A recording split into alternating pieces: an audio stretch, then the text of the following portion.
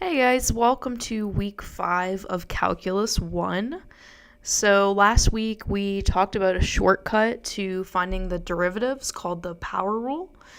And this week we're going to talk about some more shortcuts. In particular, we're going to talk about the product and quotient rules.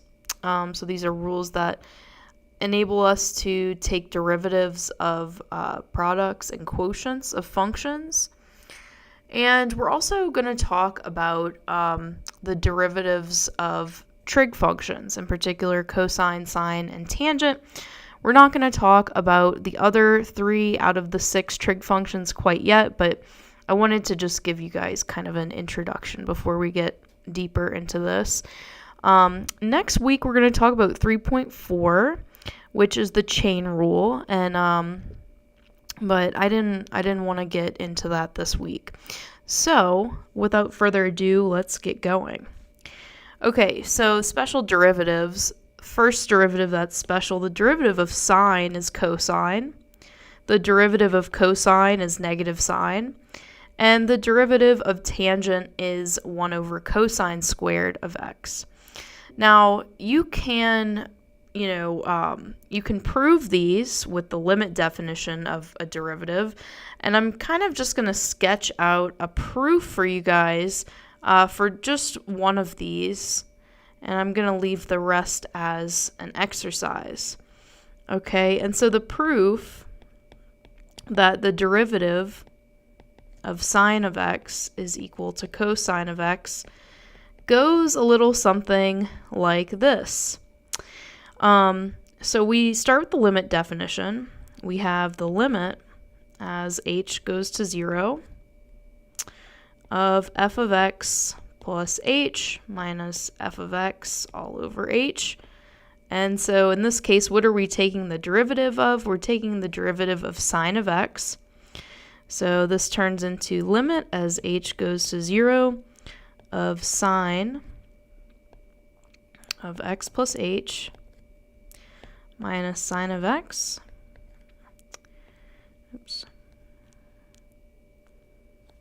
all over h. All right, and so you probably learned something in trig called the sum and the difference identity, or sum and difference identities, rather. And so we have this formula for the sum of 2 angles. We have the sine angle A plus angle B is going to equal sine of A cosine of B plus cosine of A sine of B.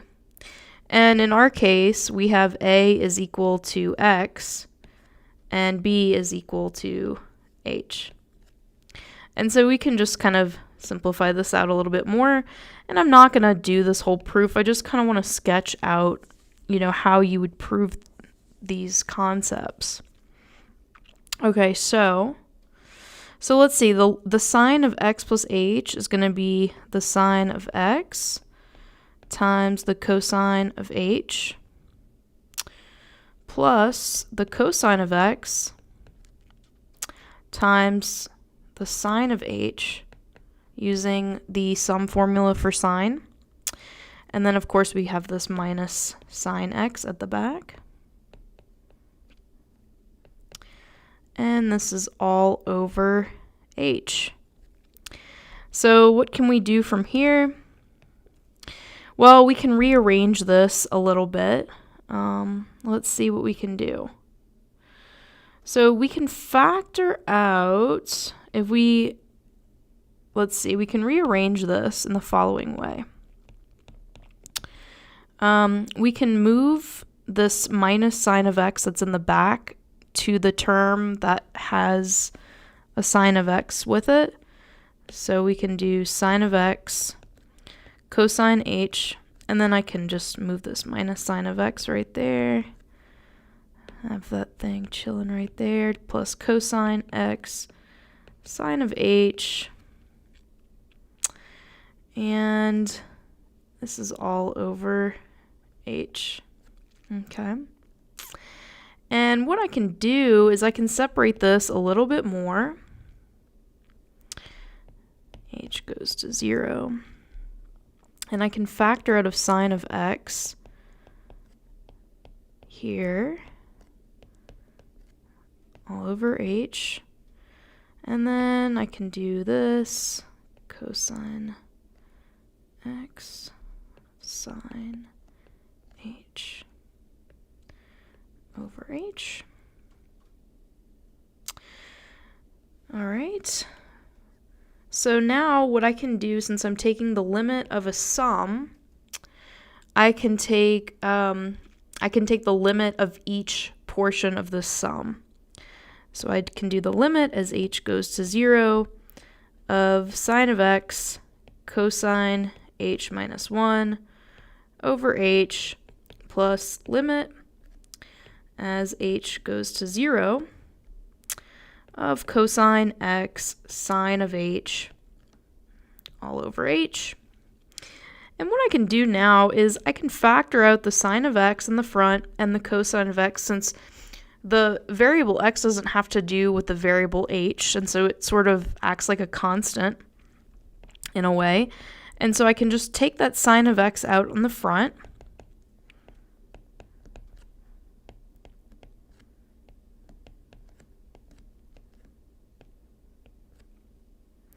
And likewise, I can take this cosine of x right here, put it in the front.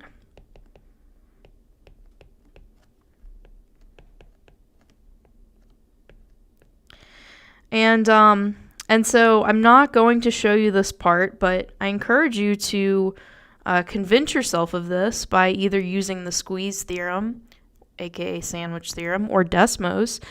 I want you to convince yourself that this guy equals 0. Okay, so this equals 0. And I also want you to convince yourself that this guy equals 1. Okay? And for that reason, sine of 0, well, that just goes to 0, right? This whole thing gets canceled out because of that limit. We have 0 plus the cosine of x times 1. And so what we just proved,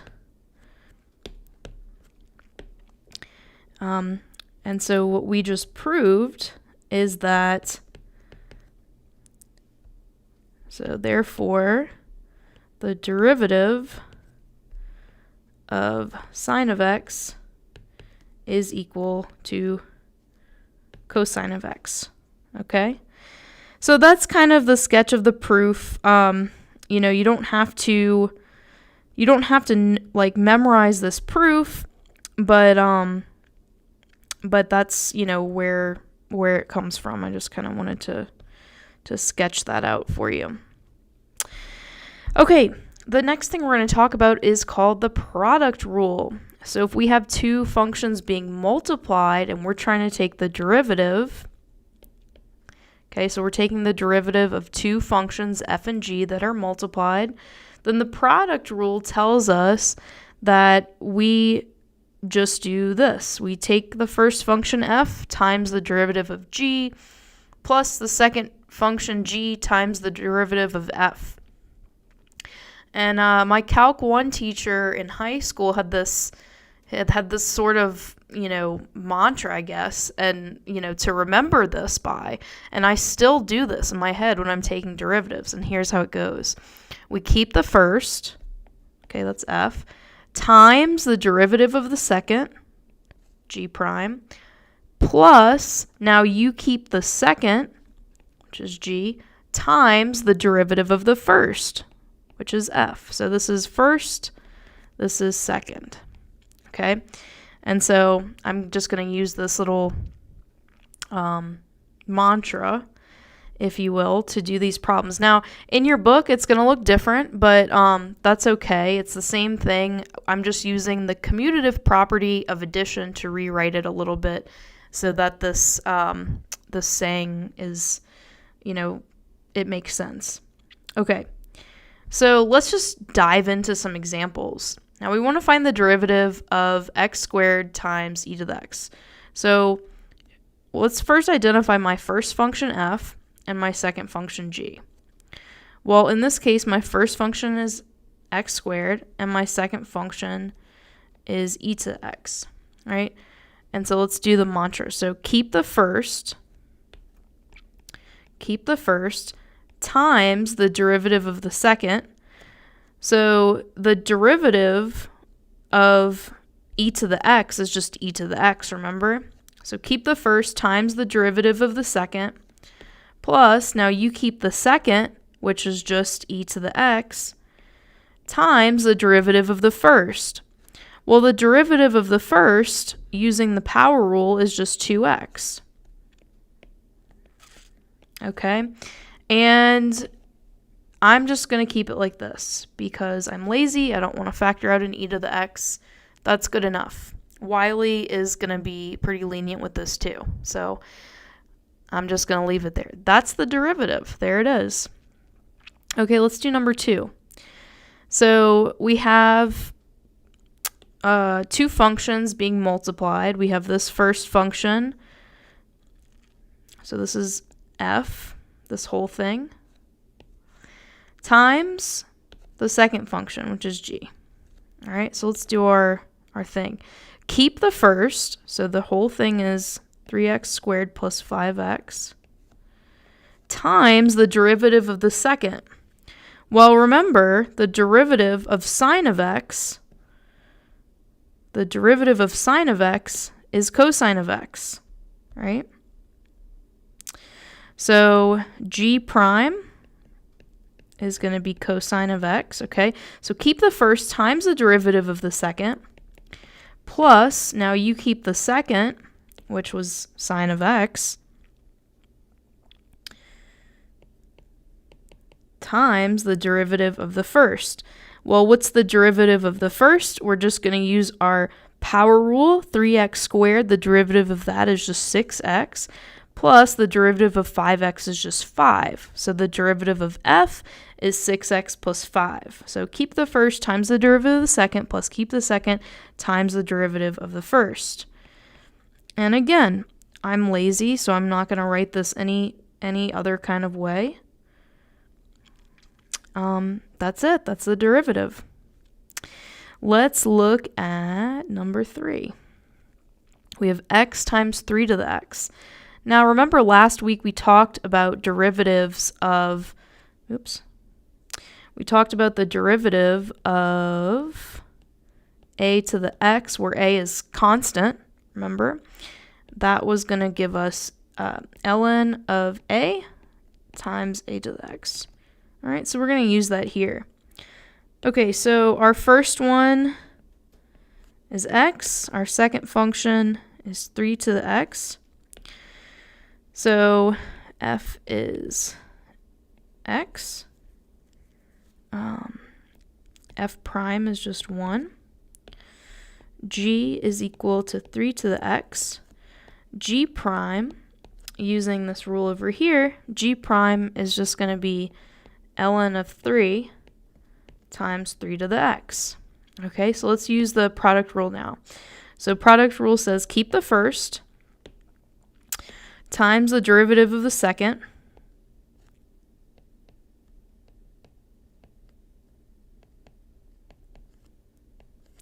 plus, now you keep the second, which is just 3 to the x, times the derivative of the first, which is just 1. And that's our derivative. Isn't that great? Let's do some more. Find the derivative. We have sine theta times tangent of theta. So theta is kind of like our independent variable here. It's like our x. And so we're differentiating with respect to theta. So let's identify our first. Looks like sine of theta is our first. Tangent of theta is our second. And so f is going to be sine theta.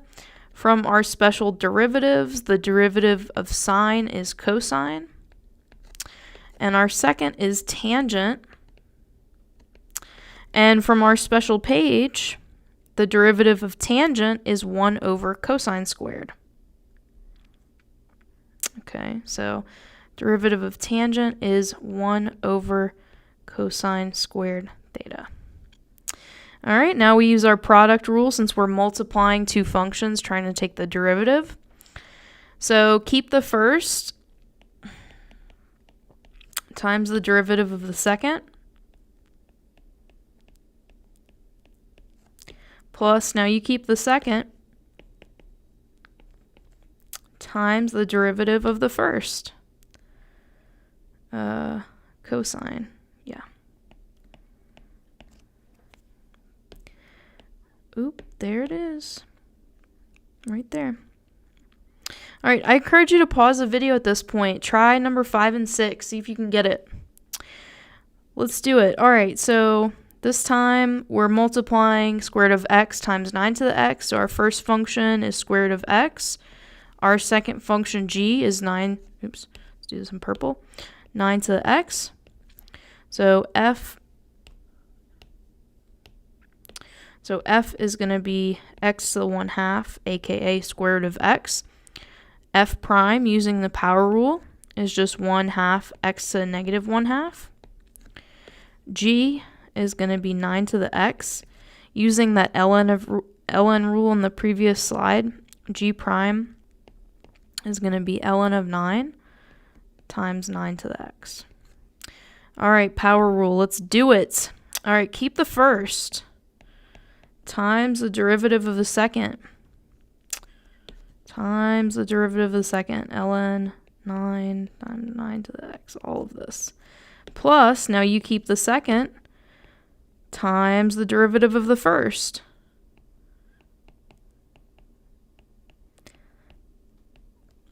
That's it, folks. It's as easy as that. Okay. Let's look at number 6. Now, this isn't really written in product form, but we can certainly rewrite it to be using our exponent rules. And so what we have is we have z squared over square root of z plus 1 over square root of z. And I can rewrite this further using the fact that square root of z is z to the 1/2. So I have z squared over z to the 1/2 plus 1 over z to the 1/2. Now, using my exponent rules, so this is before I'm even naming my function. I just want to get this in product form. So I have a function times another function. Using my exponent rule, I keep the base and subtract the exponents when I divide. So 2 minus 1/2 is just going to be 3/2, right? Z to the 3/2. And then this, I can rewrite 1 over z to the 1/2 as z to the minus 1/2, right? And it looks like I don't even need to use the product rule here, right? Because I just have a sum of two expressions where I can use the power rule. So I don't even have to use the product rule here. So using the power rule, the first guy is going to be 3/2 z to the 1/2, right? 3/2 minus 2 over 2 is 1/2, yes. And then over here, I have negative 1/2 z to the negative 3/2, right? Negative 1/2 minus 2 over 2. Yeah. Just want to double check my math, guys, because I can make careless mistakes too. So there it is. We didn't even have to use the product rule because we just had an addition sign. We had two expressions separated by an addition sign. So if this was a multiplication sign, we would have to use the power rule, but in this case, we didn't have to. Okay, how about this? All right, so it looks like I have this guy, this whole thing right here. This is function number 1. The other function that's being multiplied is right here. All right, so my f is just going to be 3x squared plus pi. My f prime, if I take the derivative using the power rule, this just becomes 6x. And remember that if we are taking the derivative of a number, it's just 0, right? We don't have a variable. And so the same thing applies to pi, since pi is just an irrational number. Okay, now we have g is equal to the second thing, e to the x minus 4. And so g prime, well, the derivative of e to the x is simply e to the x. The derivative of minus 4 is simply 0. So now we use the product rule because we are multiplying two functions together. We keep the first, 3x squared plus pi, times the derivative of the second, which was just e to the x, plus, now you keep the second, e to the x minus 4, times the derivative of the first, which is just 6x. And there we are. That's our derivative. And again, that is just f times g prime. So that's the derivative of these two functions multiplied. Let's do this guy. All right, this time. And again, there's a bunch of different ways you can do this. We could actually, if we wanted to, if we really wanted to, we could distribute this e to the t in there and then use the power rule a couple of different times. But I'm too lazy to do that. So I'm just going to use the power rule once. This is going to be my first function times my second function. So my first function is this whole big thing. So we have f is equal to t to the 3 minus 7t squared plus 1. F prime, using the power rule for each term, I get 3t squared minus 14t, and then that positive 1, the derivative of that is just 0. Then we have g, my second function, is just e to the t. And remember that g prime, the derivative of e to the t, is simply e to the t. Now we use the power rule. Keep the first.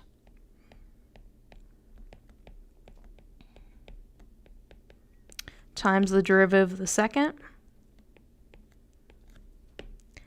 Plus, now you keep the second.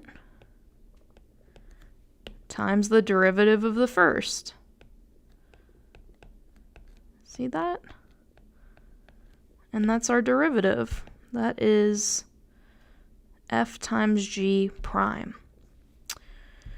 Okay, I'm going to go ahead and stop this video. We are going to pick up with the quotient rule in the next video. See you guys then. Thanks for watching. Hey guys, this is where we left off in the last video. We did a bunch of examples using the product rule. So if we're trying to take the derivative of two functions that are being multiplied, keep the first times the derivative of the second plus keep the second times the derivative of the first. Now I don't really have a nice way to remember the quotient rule. But basically the quotient rule is going to tell us what the derivative of the quotient of two functions is, hence the name. So if we're trying to take the derivative of a function f divided by a function g, then we can find that in the following way. We take the derivative of f prime times the derivative, we're taking the derivative of f times g minus f times the derivative of g all over g squared. And we're going to do a bunch of examples to, show you how this formula works. So let's go ahead and do it. I'm going to find the derivative, and I'm going to write this off to the side. So f over g, because I myself have a hard time remembering this one. It's just one of those things you don't really put in your back pocket too often. The quotient rule, kind of just dig in the toolbox when you need it. But anyway, that's it. So now we need to identify f and g. So f is the numerator. So in this case, x is our function f. And our denominator is g, which is e to the x. So we have f is equal to x. In order to use the formula, again, we need f prime and g prime. So f prime is just going to be 1 if we take the derivative of x using the product rule. G is e to the x, and remember, the derivative of e to the x is always just e to the x. So let's go ahead and use the quotient rule. And again, I'm not simplifying anything because, nobody has time for that, right? I'm just going to plug this thing into the formula, and, if you want to simplify it, you can, but you don't have to, especially on Wiley. Wiley's not going to take off points for that. So, okay, we have, using the formula, I'm going to plug in f prime first, which is 1, okay, times g, which is e to the x, okay, minus f, which is just x, okay, that's that, times g prime, which is e to the x.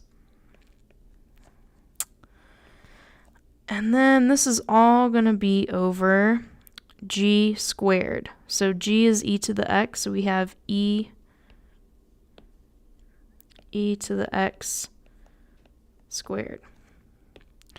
And again, I don't have time to simplify this. I mean, could we simplify it? Probably. Let's see if we can, just for fun. So the first one, we have e to the x minus x e to the x all over e to the 2x. Now I can factor out an e to the x on top. And let's see, on bottom I have e to the 2x. So when I have the same base, I can keep the base and subtract the exponents. And I end up getting e to the minus x times 1 minus x.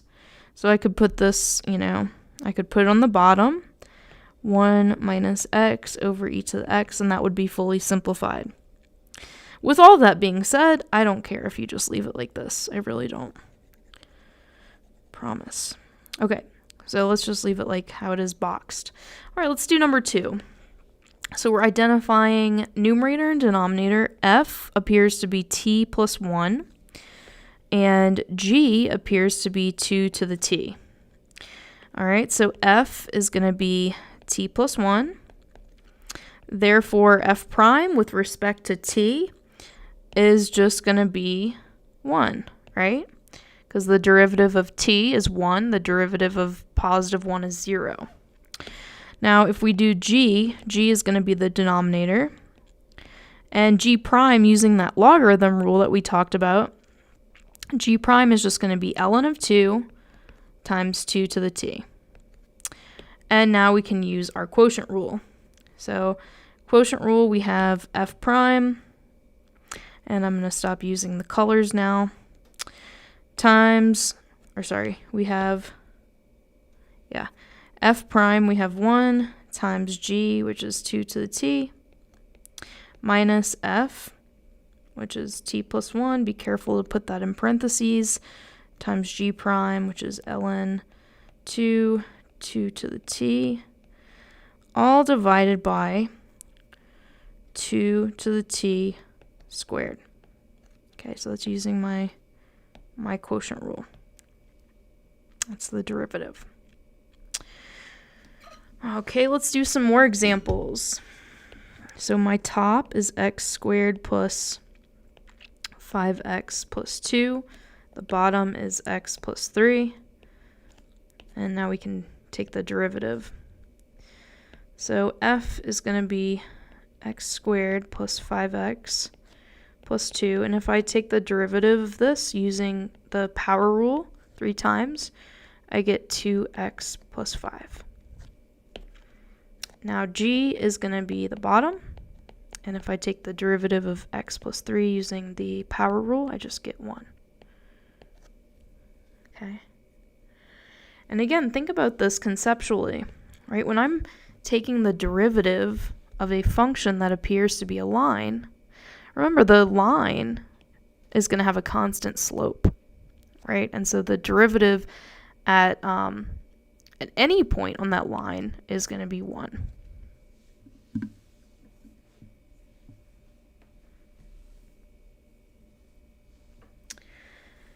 Okay, so let's go ahead and use our quotient rule now that we have f prime and g prime.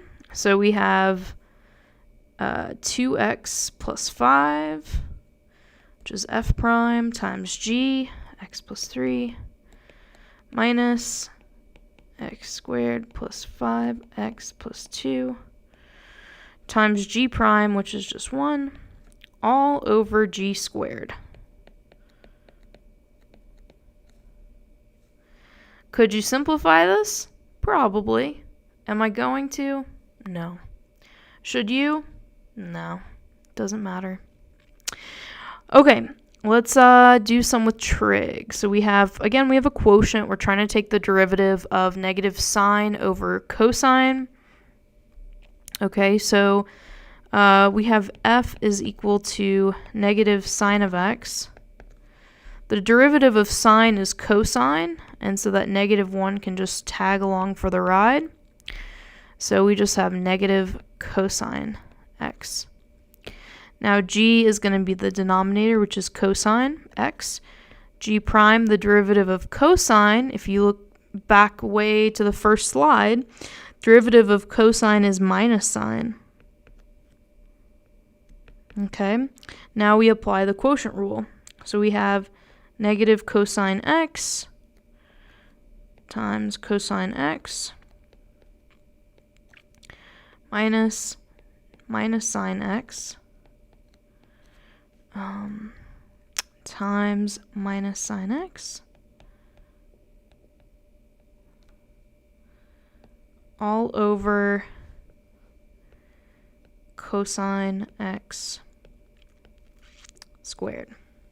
All right. So this is kind of interesting if we simplify it, because let's think about this. Remember our trig identities? I know a few of you are cursing me right now.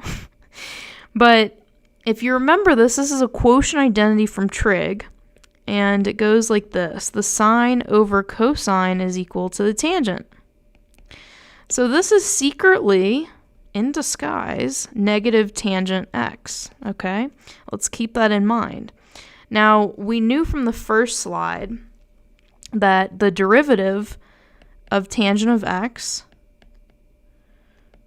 was 1 over cosine squared of x. So we're expecting to get something in this realm, right, when we simplify? So let's see what happens. All right, let's see. So cosine times cosine, we end up getting negative cosine squared. All right, negative sine, that's going to make a positive sine squared of x. Right, so we just have minus, we end up getting minus sine squared on top, like that. And here's where the magic happens. Now notice I'm just writing cosine x squared as cosine squared of x. They mean the same thing. Now on the top, if I factor out a negative, what do I get? Well, I get this beautiful Pythagorean identity, right, from trig. So again, those of you that are watching that are cringing right now, here it is, the trig identity. Cosine squared x plus sine squared x equals 1. So I can replace cosine squared plus sine squared with 1. And look at what we have here. We get exactly what we expected to get, right? And of course we have the negative added because it was negative tan x to begin with. So anyway, you didn't have to simplify this. I just wanted to show you how cool that was. So that's the derivative, that whole mess that's boxed. Let's carry on. Let's see. Okay, we still have some time. All right, find the derivative. So we have f is equal to 4 in this case. That means that f prime is 0. Derivative of any number is 0. G is going to be our denominator, 3 plus square root of t. And I'm going to write this as t to the 1/2 because I just think that's easier to do the power rule with. So g prime, if I'm differentiating with respect to t, that's my variable, this is going to be 1/2 t to the negative 1/2. All right. Okay, so now let's use our quotient rule to figure out what the derivative of 4 divided by 3 plus root t is. Okay, let's do it. So we have f prime 0 times g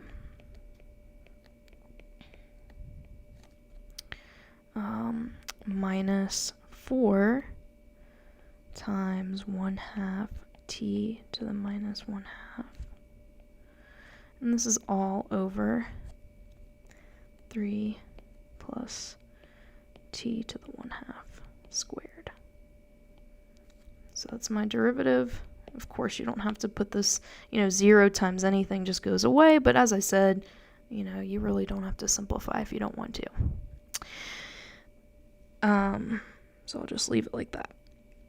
Let's do this one. So we have our top, we have 9 e to the x. So that means that the derivative of e to the x is just e to the x, so the derivative is simply 9 e to the x. Okay. G is 2 to the x, and using that ln rule, g prime is going to be ln 2 to the x. Now let's use the quotient rule.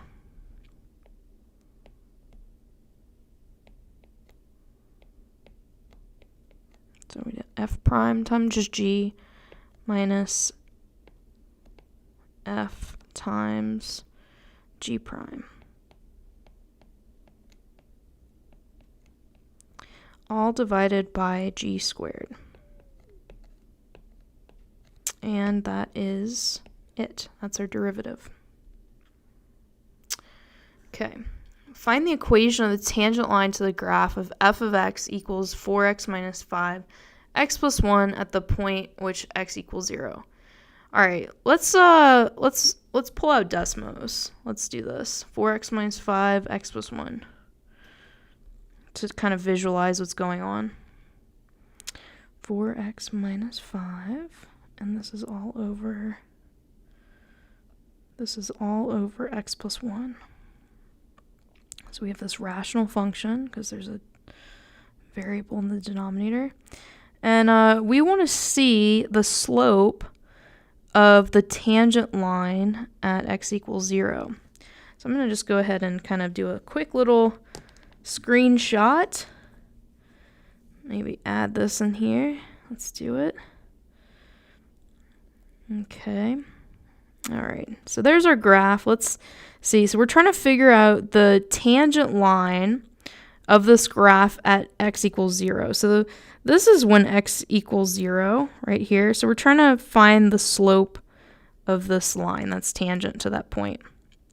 So remember, the slope of the tangent line is the derivative at that point. So we need to find f prime of x.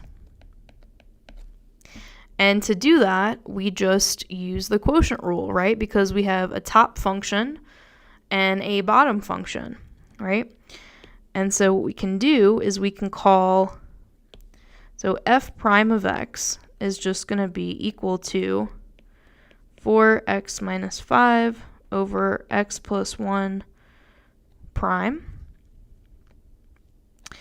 And so we can call this our function f, and we can call x plus 1 our function g, and just use the quotient rule.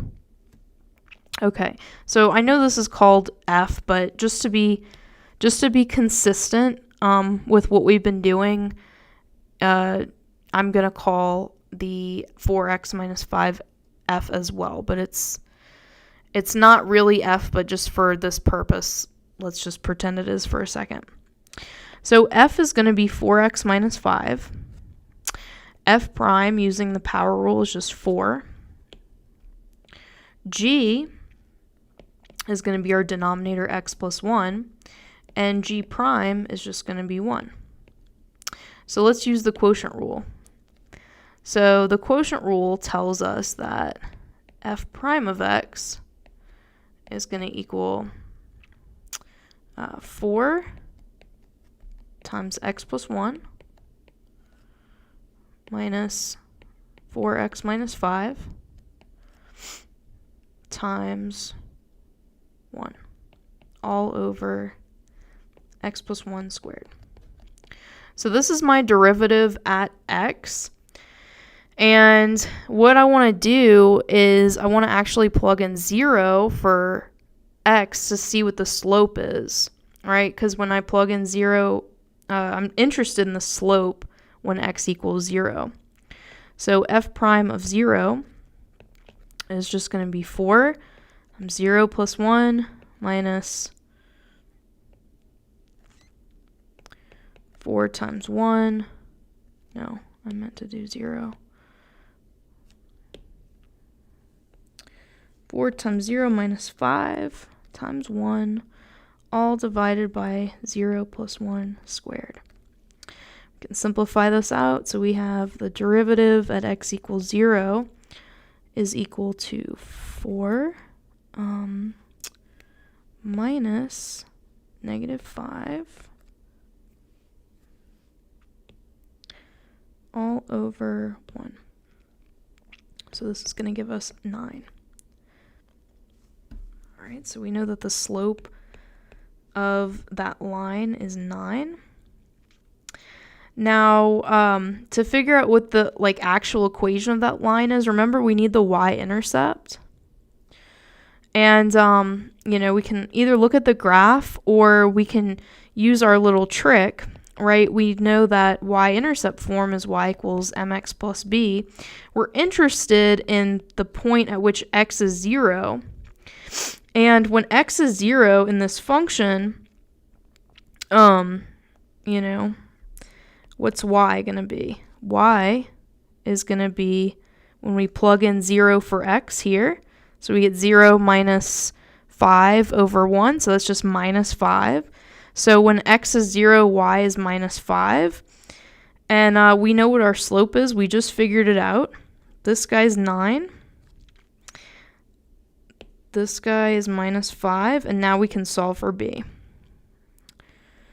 And, so negative 5 equals 9 times 0 plus b, so it's pretty clear that b is negative 5. And again, you could have seen that from the graph, but your final answer here, what is the equation of that line?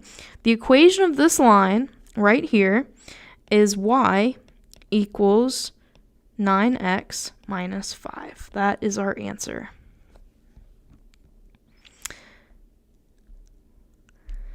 Okay, let's do an example here. So we want to find the derivative of the function. Assume that a, b, c, and k are constant. So these are just numbers. You can think of them as like 3, 4, 6, whatever. So we're taking the derivative of f, and we need the quotient rule. So our numerator is going to be f, which is ax plus b. Now f prime, again, we're thinking of a and b as constants, and so f prime is just going to be a, right? Because imagine, since a and b are constants, imagine this was something like 3x plus 2, right? Just imagine. If we use the power rule and take the derivative is simply 3, right? And so here the derivative is just a. Then we have our denominator, which is cx plus k. And if we take the derivative of this using the power rule, since c and k are just numbers, the derivative of this is just going to be c. And so now we can use the quotient rule. So we have f prime times g minus f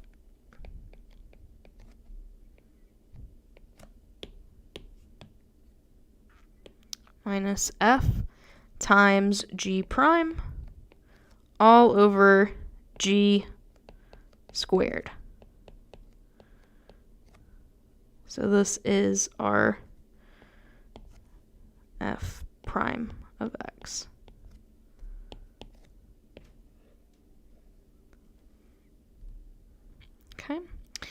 Use the figure shown in the product or quotient rule to estimate the derivative. The graph of f of x has a sharp corner at x equals 2. So it says let h of x equal f of x times g of x, and we want to find h prime of 1, h prime of 2, and h prime of 3. So how are we going to do it? Well, we need to use the power rule, right? Since we know that h of x is equal to f of x times g of x, h prime of x is going to equal g of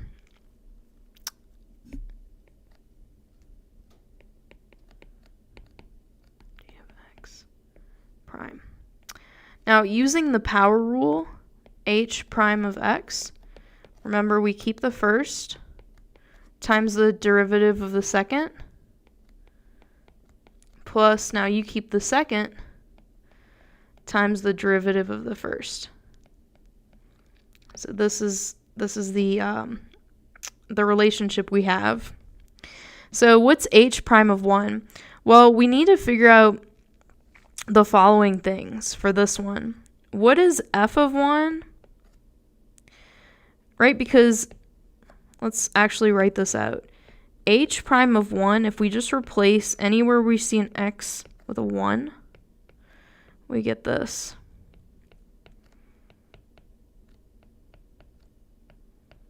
We get this. So what we need is we need f of 1, we need f prime of 1, we need g of 1, and we need g prime of 1.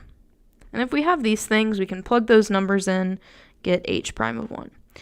Okay, so what is f of 1? Well, I'm looking at this figure, and it appears that everything is a straight line. Okay, so f of x is going to be, in this case, it looks like the y-intercept is 0, right? And it looks like the slope, if we rise 4 and run 2, the slope is going to be 2, right? So the equation of this line, so f of x is just equal to 2x, okay? And then g of x, we can do a similar kind of, maybe I'll do this in orange. This is this guy. And then g of x, well, g of x has a y-intercept of 4 and a slope of, okay, so I'm rising -4 and I'm running to the right 4. So this has a slope of -1. So negative x plus 4 is my equation of that line, g of x. So f of 1, if I plug in 1 for x into the function, I get 2. F prime of 1, well, f prime of x, if I take the derivative of 2x, is just 2. So f prime of 1 is just going to be 2, right? It doesn't matter what we put in for x. The derivative is always going to be 2, which makes sense because it's a straight line. Okay, so g of 1, if we plug in 1 into this function, we get 3. And then g prime of x is just going to be -1, right? If we take the derivative of negative x plus 4. And so g prime of 1 is going to be -1. And now we have everything we need. So h prime of 1 is going to be 2 times -1 plus 3 times 2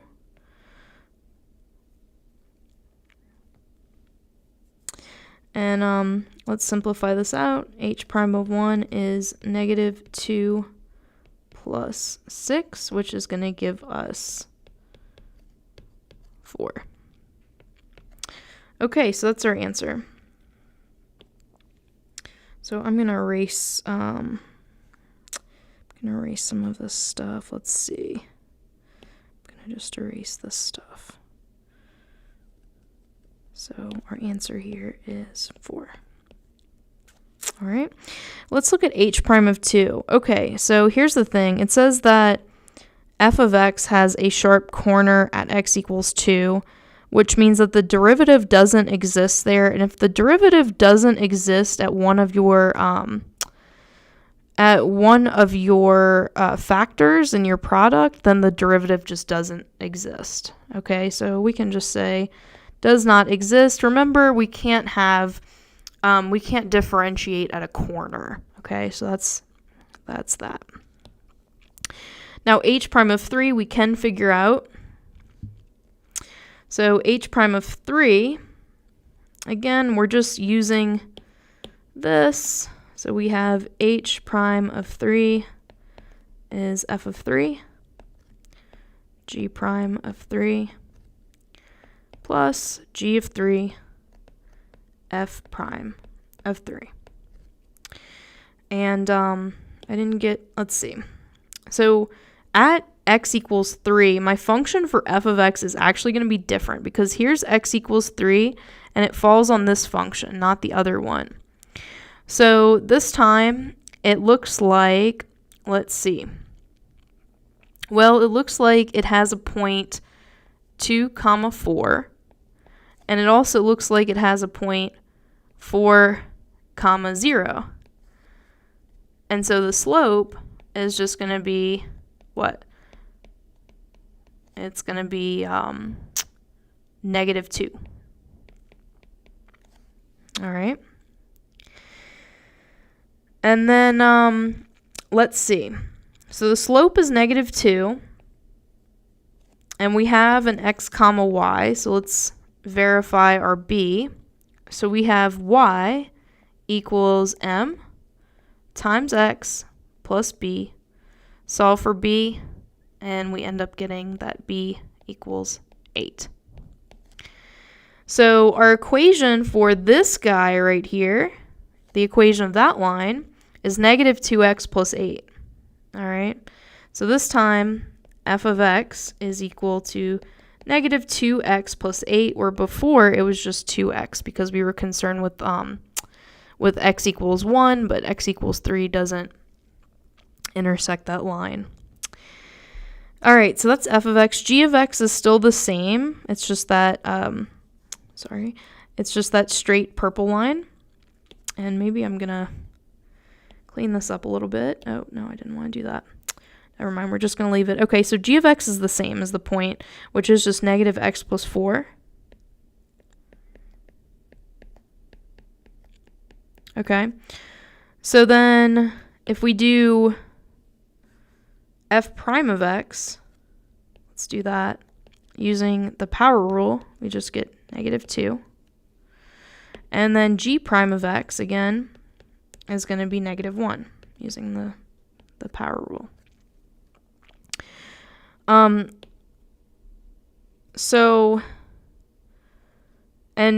So that's for any x. So this is going to be f prime of 3 in particular, and g prime of 3 is going to be -1. So we also have f of 3 to consider. If we plug in 3 into our function for x, we get -6 plus 8 is going to give us 2. And then for just regular g of x, or g of 3, we're plugging in 3 into our g function. So we get -3 plus 4 is going to give us 1. And now we just plug in this stuff in here. All right, let's do that. So h prime of 3 is going to be 2 times -1. Again, since this is a constant, no matter what we put in for x, we're always going to get a derivative of -1. Okay, so in particular 3. So 2 times -1 plus 1 times -2.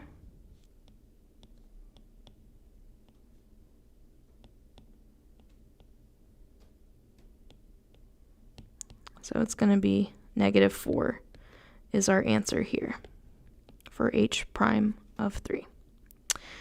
All right, guys, I hope this video was helpful. Thanks for watching. I'll see you guys next time. Hey guys, in this video we are going to do some multi-step product and quotient rule examples. So we're either going to be doing the product rule within the quotient rule or the product rule within the product rule. Okay, so let's go ahead and look at number 1. So we're trying to differentiate 1 minus x e to the x over x plus e to the x. We know that our numerator is 1 minus x e to the x, so that's going to act like our f in our quotient rule. And f prime, so if I take the derivative of 1, that's just 0. If I take the derivative of negative x e to the x, I need to use the product rule. So the product rule, we have keep the first, negative x, times the derivative of the second, which is just derivative of e to the x is e to the x, plus now you keep the second times the derivative of the first. Derivative of negative x is just negative 1. So therefore f prime is going to be negative x e to the x plus a minus e to the x, or simply minus e to the x. All right, so that is f prime. Let's do g and g prime. So g is going to be our denominator, and g prime, we don't have to use the product rule here, thankfully. We just differentiate term by term, so this is just going to give us 1 plus e to the x. All right, now if we plug everything into our quotient rule, we get f prime, which is negative x e to the x minus e to the x, times g, which is x plus e to the x, minus f, I'm going to run out of room, so I might have to write it down here, minus f times g prime. And this is all going to be over g squared.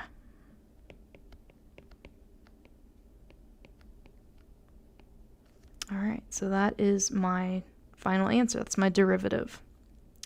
Let's look at number 2. So number 2, let's actually rewrite this. X squared sine tan. X squared sine of x, tan of x. All right, so this is 3 functions being multiplied, so we're going to have to use the product rule. And the way that I like to look at these is I like to still split it up into 2 functions. And so I'm going to say that this is my first part of my product rule, my f. And then I'm going to say that we're multiplying this by my g right here, tangent of x. Okay. So how do I do this? Well, I use the product rule. So I keep the first. All right, I keep the first. Times the derivative of the second. Times the derivative of the second. Well, the derivative of tangent of x is just 1 over cosine squared of x. All right. Plus, now you keep the second, which is just tan x, times the derivative of the first. So the derivative of x squared sine of x, to take the derivative, we need to do the product rule.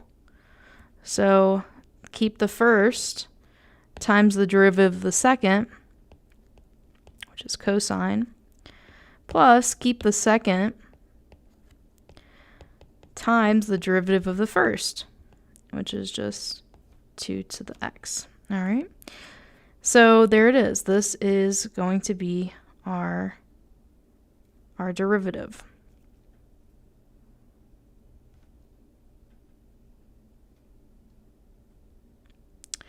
Let's do this one. So we're differentiating y equals 3x cosine x all over 1 minus sine x. So here we have our top is 3x cosine x, and therefore f prime, we have to use the product rule because we have a function 3x times a function cosine x. All right, so we keep the first times the derivative of the second. Derivative of cosine is negative sine. Plus, now you keep the second, times the derivative of the first, which is just going to give us 3. All right. And then we have g, which is our denominator. And g prime, we don't have to do the product rule. We just differentiate term by term. Derivative of 1 is 0. Derivative of minus sine of x. Well, derivative of sine is cosine, so derivative of minus sine is just minus cosine of x. Okay? And then we use the quotient rule. So the quotient rule tells us we have 3x times negative sine x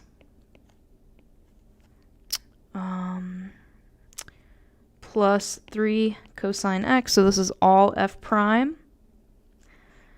So this is all f prime right here. And then we're going to multiply by g. And I'm running out of room, but I'm going to try to squeeze g up here. 1 minus sine x. This is g.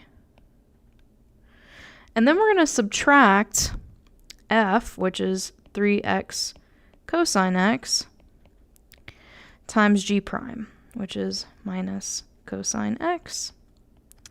And this is all going to be divided by g squared. Okay, so this is a big, long answer. We have our numerator is f prime times g minus, and this is f minus f times g prime, all divided by g squared. All right, I'm going to go ahead and stop here on this video. Thanks for watching this part of the lecture, and I'll see you guys in the next part. Hey guys, let's go ahead and do this problem to practice taking trig derivatives. We want to find the equation of the tangent line to the curve at the given point. So here we're given a curve. This is our curve, y equals x plus tan x. And then we're given a point right here, which means pi is the input and pi is also the output in this case. So let's go ahead and find the equation of the tangent line to the curve. Well, what do we need? We first need the slope, right? So the slope is just going to be the derivative of the curve at x equals pi. All right. So what we're trying to figure out is, first of all, what is f? Let's do this in orange. F prime of x, or y prime if you'd rather that. We're taking the derivative of x plus tan x. So the derivative of x is 1. The derivative of tan x is 1 over cosine squared of x. So that's our derivative. And to figure out the slope is just f prime of pi, right? We're plugging in x equals pi in for our x values. Okay, so f prime of pi is going to give us the slope at x equals pi.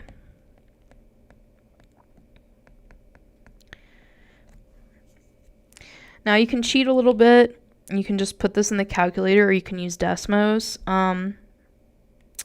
But just keep in mind that, in the unit circle, we have pi right here, and the x value is -1, the y value is 0, and so the cosine is going to be this first number, -1.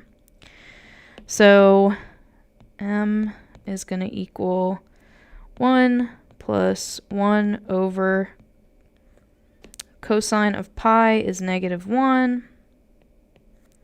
So we have -1 squared because it's cosine squared. So this is going to give us a slope of 2. All right, so we got the slope. Now we need to figure out what is the y-intercept so we can write an equation for our line.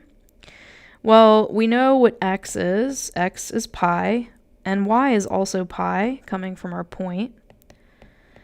And m is 2, and we want to know what is b. Well, here's our slope-intercept form, and we can plug in everything into their respective places. So what we get is pi equals 2 pi plus b. And then I can solve for b by doing 1 pi minus 2 pi, right? Subtract 2 pi on both sides to get b is equal to negative 1 pi. All right. So now we have this. So the equation of our line, this is our answer, by the way. The equation of the line that's tangent to the curve at x equals pi is going to be y equals 2x minus pi. So that is that equation. Now let's go ahead and put this stuff in a Desmos and verify this. We want to put in our curve and our line. So what was our curve? Our curve was y equals x plus tan x. So let's take a look at these things and examine what happens at x equals pi.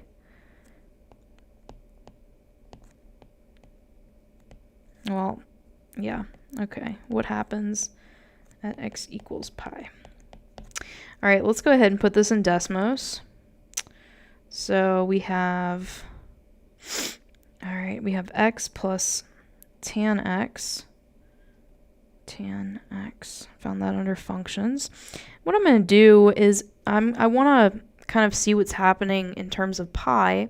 So I'm going to go to my wrench, and where it says step on the x-axis, I'm going to put in pi over 2 so that I have the x-axis sort of in terms of pi.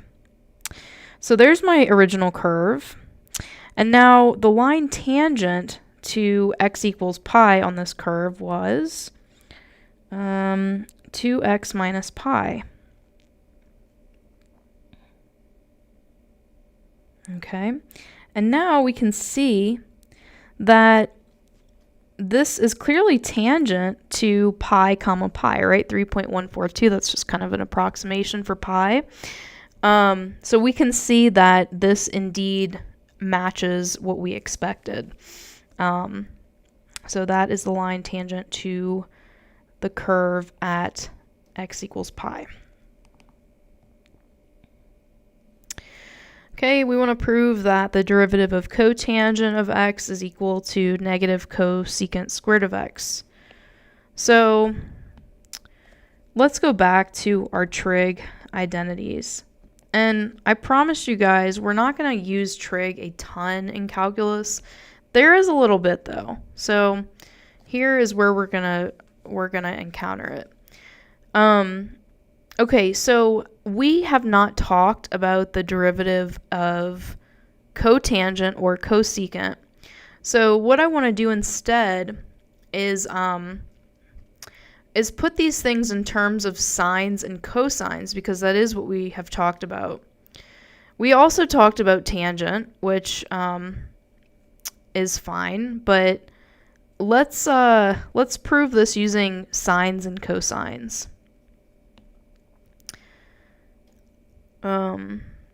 Right. So yeah, all right, let's do this. So cotangent of x is the same thing as cosine x over sine of x. And this is by a quotient identity that you learned in trig. Okay. And cosecant squared of x is the same thing as 1 over sine squared of x. And again, this is from trig, and this is called a reciprocal identity. Okay, so let's just first replace this. We want to prove that cosine x over sine of x, the derivative of this, is equal to 1 over sine squared of x. And what I can do here is I see a perfect opportunity for the quotient rule to be used. Right? So over on the left side, if I take the derivative of cosine over sine, well, in this case, f is going to be cosine x, and g, my denominator, is sine of x. And so if I take the derivative of cosine, I end up getting negative sine x. And if I take the derivative of sine, I end up getting cosine x. Okay? So now I can just use the quotient rule. So the quotient rule tells me f prime times g minus f times g prime.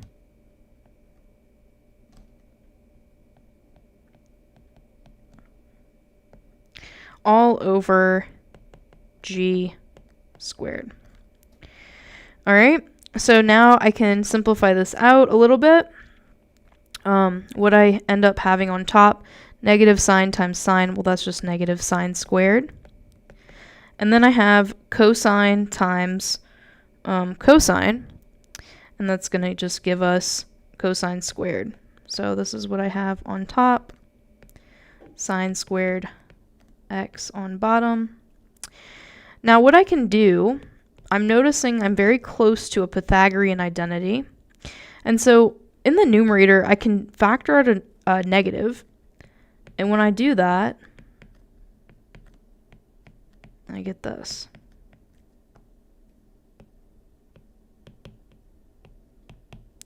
Now, the Pythagorean identity, this is the Pythag identity, tells us that sine squared x plus cosine squared x is equal to 1. So I can just replace this whole thing with 1. And what I end up getting from the quotient rule is negative 1 over sine squared of x.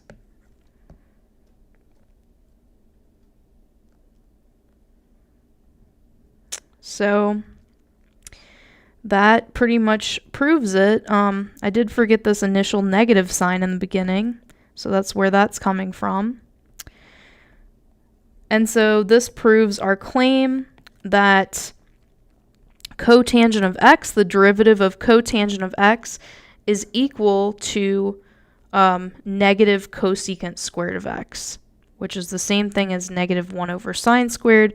We just proved that.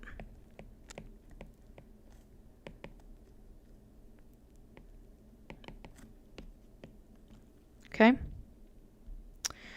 Okay, so let's do an application problem. A mass on a string vibrates horizontally on a smooth level surface. Its equation of motion is x of t equals 8 sine t, where t is in seconds and x is in centimeters. Find the velocity and acceleration at time t. So remember that we're given a displacement. We're given a horizontal displacement formula, which is position. Okay, position and displacement are synonymous. So to find the velocity, we need to take the derivative of the displacement, or the position function. So the velocity function, if we take the derivative of 8 sine of t, well, that's just going to give us, the derivative of sine is cosine, so this is just going to give us 8 cosine of t. So that's my velocity. Now my acceleration function, I'm just going to take the derivative of the velocity function. Derivative of cosine is negative sine, so the acceleration function is going to be negative 8 sine of t. All right, so that's my answer. That's acceleration and velocity. So now it says, find the position, velocity, and acceleration of the mass at time t equals 2 pi over 3. And then there's a second part of the question. In what direction is it moving at that time? So let's take care of position first. So x of t, this is our position function. And our position was 8 sine of t. Okay. So, and maybe I'll actually just write this up here so that we can just evaluate this stuff. Okay. So for position, I'm plugging in 2 pi over 3 for t. So I have 8 sine of 2 pi over 3. And the sine of 2 pi over 3 is on your unit circle. Here's 2 pi over 3 somewhere. And our ordered pair associated with it is negative 1/2 root 3 over 2. Remember, sine is the second number here. Okay, so the position function, we end up getting 8 times root 3 over 2, which simplifies to 4 square root of 3. And this is in centimeters. So what is this telling us? This is telling us at time 2 pi over 3 seconds, this mass is at 4 root 3 centimeters. Okay, so let's do velocity. So the velocity, we're plugging in 2 pi over 3 into the velocity function. And remember that cosine is this first number in the ordered pair on our unit circle. So this is going to be equal to 8 times negative 1/2, which is going to give us negative 4. Velocity is distance over time, so this ends up being centimeters per second. Okay. And finally, let's do acceleration. So the acceleration, we're plugging in 2 pi over 3 into our acceleration function. And again, we get negative 8. Sine is again root 3 over 2. So this is going to give us negative 4 root 3 centimeters per second squared. That's our units for acceleration. Distance over time squared. Okay, so we have the first part of our problem down. Now it says, in what direction is it moving at that time? Well, to figure that out, we need to actually look at the velocity function, right? And see if it's, so let's go ahead and put the velocity function in Desmos, 8 cosine t. So we have, let's just do x since we're in Desmos as our variable. So let's do 8 cosine x. And we are concerned with the point 2 pi over 3, comma,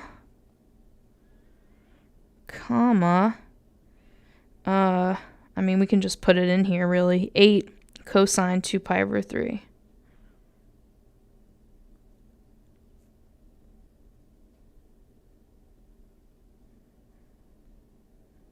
All right, let's label it. Okay, so here it is on our velocity curve. So the question is, at this point in time, is the particle moving to the left or to the right?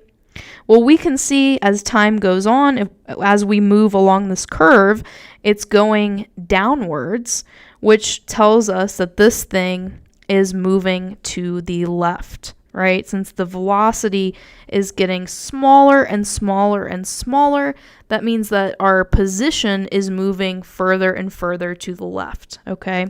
So this thing, to answer the second part of the question, this is telling us that the particle is moving to the left because our velocity is getting more and more negative. And remember, velocity is simply speed with direction, okay? So that is what our graph is telling us. The particle is moving to the left. All right, guys, I hope this video was helpful. Thanks for watching. See you guys next time.